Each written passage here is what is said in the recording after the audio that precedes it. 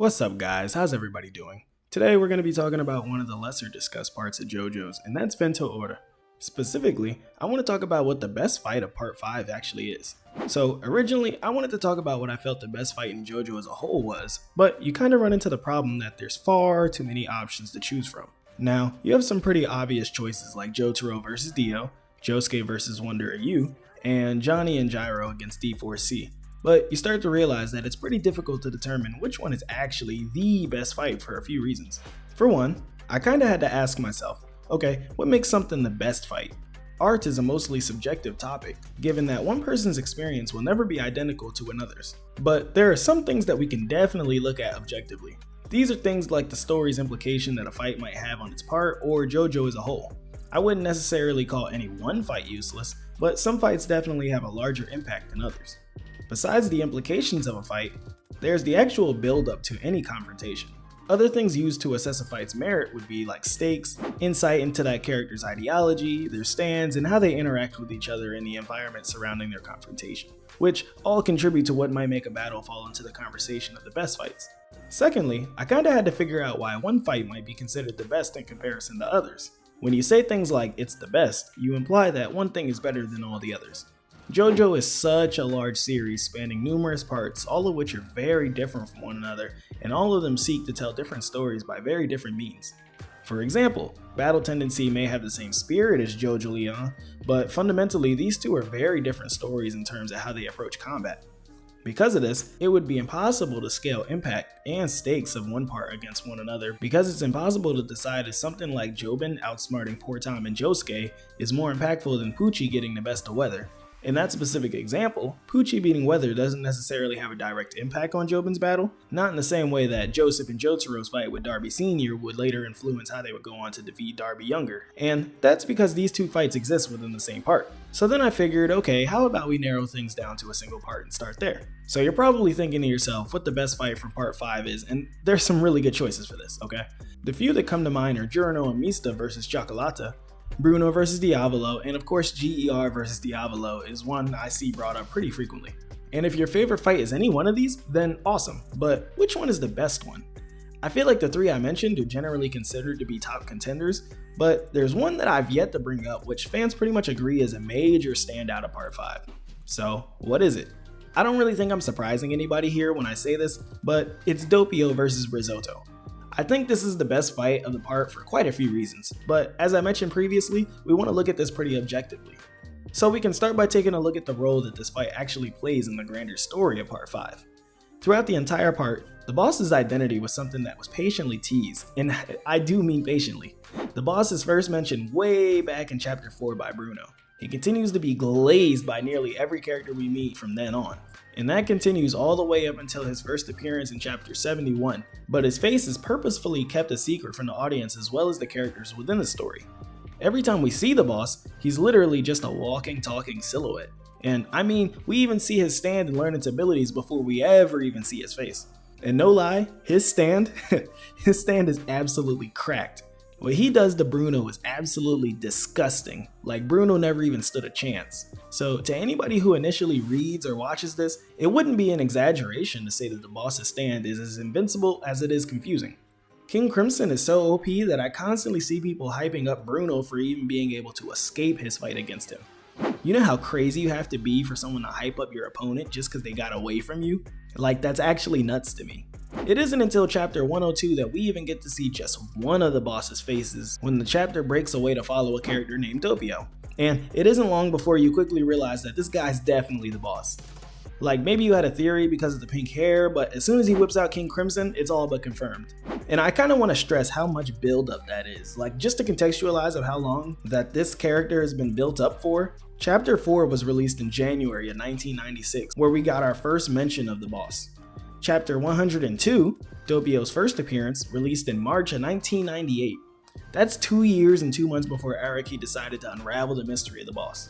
On the other end of the spectrum, the boss's execution squad has defected from the gang and been chasing after Trish in order to reveal his identity. And these guys are no joke. They're the boss's hitmen, and each one of them pushed Bruno's team to their absolute limits. One by one, this execution squad fell to Bruno's team, leaving only their leader, Risotto. Over the course of 102 chapters, we watch and we see that Risotto loses everything in his pursuit to expose the boss's identity. And we know that the boss has been doing anything and everything he can to keep that identity a secret. So it's safe to say that by the time the Doppio comes face to face with Risotto, that this confrontation has been thoroughly built up over the course of the story. You have these two completely opposite characters, one who wants to do anything that they can to reveal the boss's identity, and then you have the other who is desperately clinging to that secrecy that others want to expose. Now, the reason that this fight is peak is that it's everything we love about Jojo. It has inhuman IQs, table turns, charismatic villains, twists, creative use of interesting stand abilities, all of which are staples of the series. I mean, this thing is just so good. But the way in which it does all of these things is actually pretty unique. Correct me if I'm wrong, but I'm pretty sure that this is the first time in the series that we see two villains actually fighting each other. But not only that, it turns into sort of a three-way battle where all three factions have very differing goals that directly conflict with one another. For Diavolo to win, the other two have to lose, and vice versa. So the bones of the fight are there, but the fight itself actually does something pretty interesting as well. Not only are we following the boss's split personality Doppio, but he's basically nerfed since he can't fully wield King Crimson. Doppio can only use Epitaph in the close range attacks, but for whatever reason, time erasure is closed off to him. Doppio could transform into Diavolo, but if he exposes his identity and Risotto manages to escape, then the entire air of mystery that the boss has built up will collapse. But him desperately protecting his identity by not switching from Doppio to Diavolo is a decision that nearly gets him killed.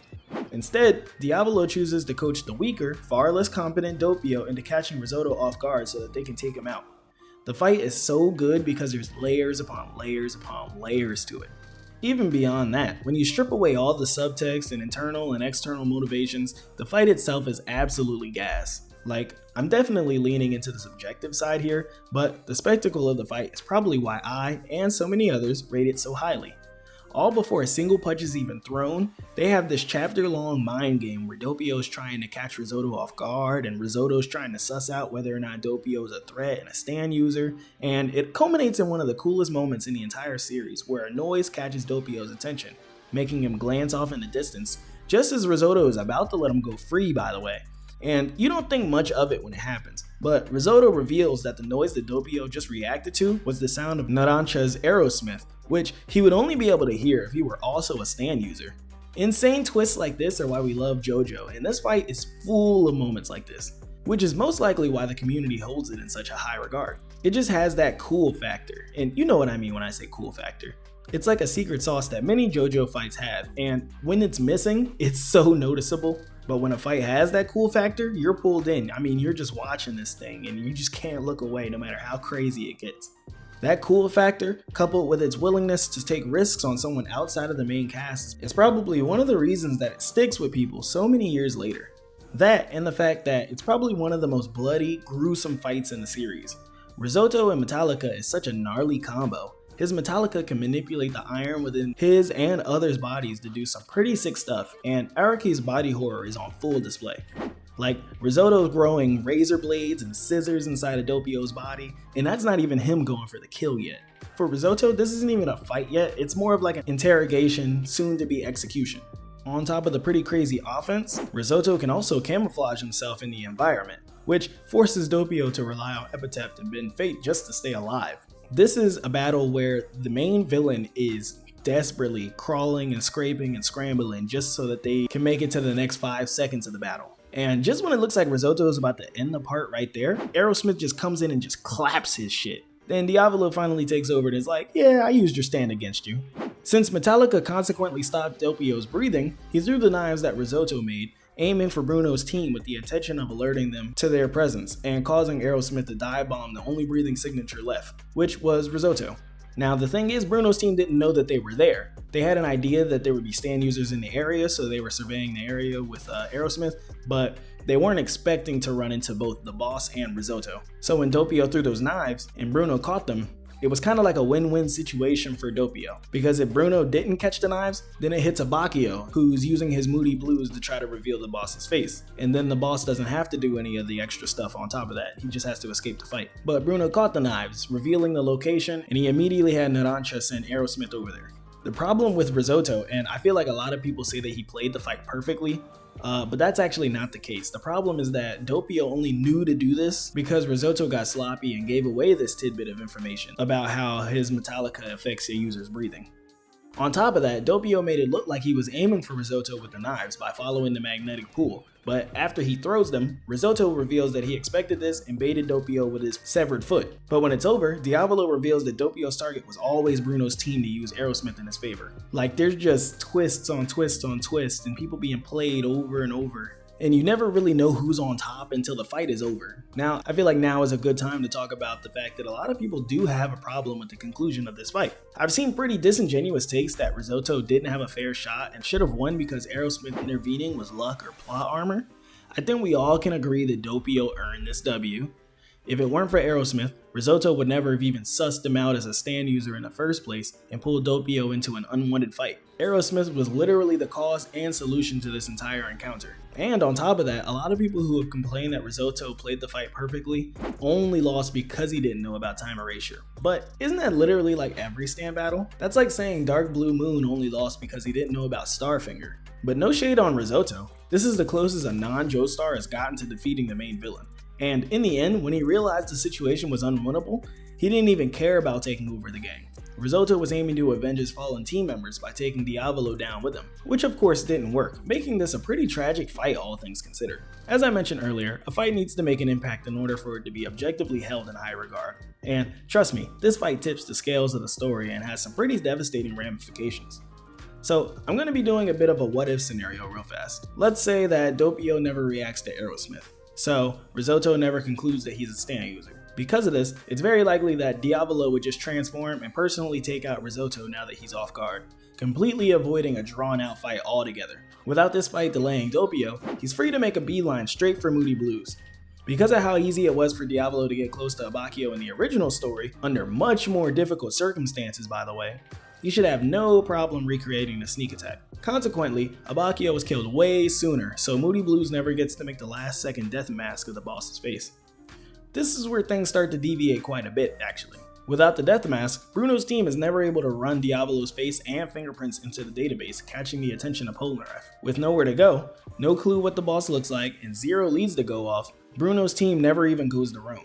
If they never go to Rome, the boss never follows and fights them over the arrow. We get no GER, Chariot Requiem never swaps everyone's souls, and Diavolo is never defeated, which also means that Doppio never dies in Bruno's body. Speaking of Bruno, at some point, his body's going to give out on him and he'll just die. So that just leaves Trish, Giorno, Mista, and Narancho with zero intel on both Doppio and Diavolo. Assuming that Giorno keeps the team together in Bruno's place, they would essentially be in the same position as Polnareff, except worse off because they don't even have the arrow, nor have they ever even seen the boss's face. Essentially, they couldn't be in a worse position. Despite not even posing a threat at this point, I have no doubt in my mind that the boss wouldn't just hesitate to have them picked off one by one, just to tie up loose ends. And he still definitely wants to take Trish out. And if worse comes to worse, he can just take them out himself pretty easily using Doppio to get in close, or using Diavolo to just overwhelm them. The thing is, we've already seen a pretty similar fight in the original story where he fought everyone over the arrow.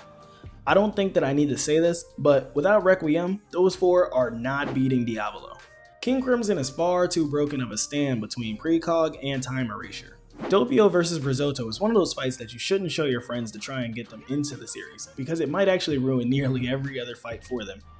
Their dynamic and powers are so fun and creative that it just works. It's badass, it's bloody, it's surprisingly tense as hell, and it's full of twists. Thematically, Part 5 is about identity, loyalty, fate, and ambition, and Diavolo vs Risotto is kinda like the apex to all of these themes. I'd be hard pressed to find much wrong with this fight. It's honestly really cool. It's layered and its spectacle is fire and the chess moves are worth the watch, and the anime absolutely does it justice also. I could seriously watch this one over and over and I could talk about it all day too. I know a lot of people are probably going to disagree with me and that's fine. Feel free to let me know what your favorite fight in each part is down in the comments below. Don't forget to hit the like button and subscribe to make sure that you're notified whenever I drop a video. Also, let me know if you'd like more videos like this in the future. But alright, I've yapped long enough. Thanks for watching guys, and I'll see you on the next one. I'm out. Holla!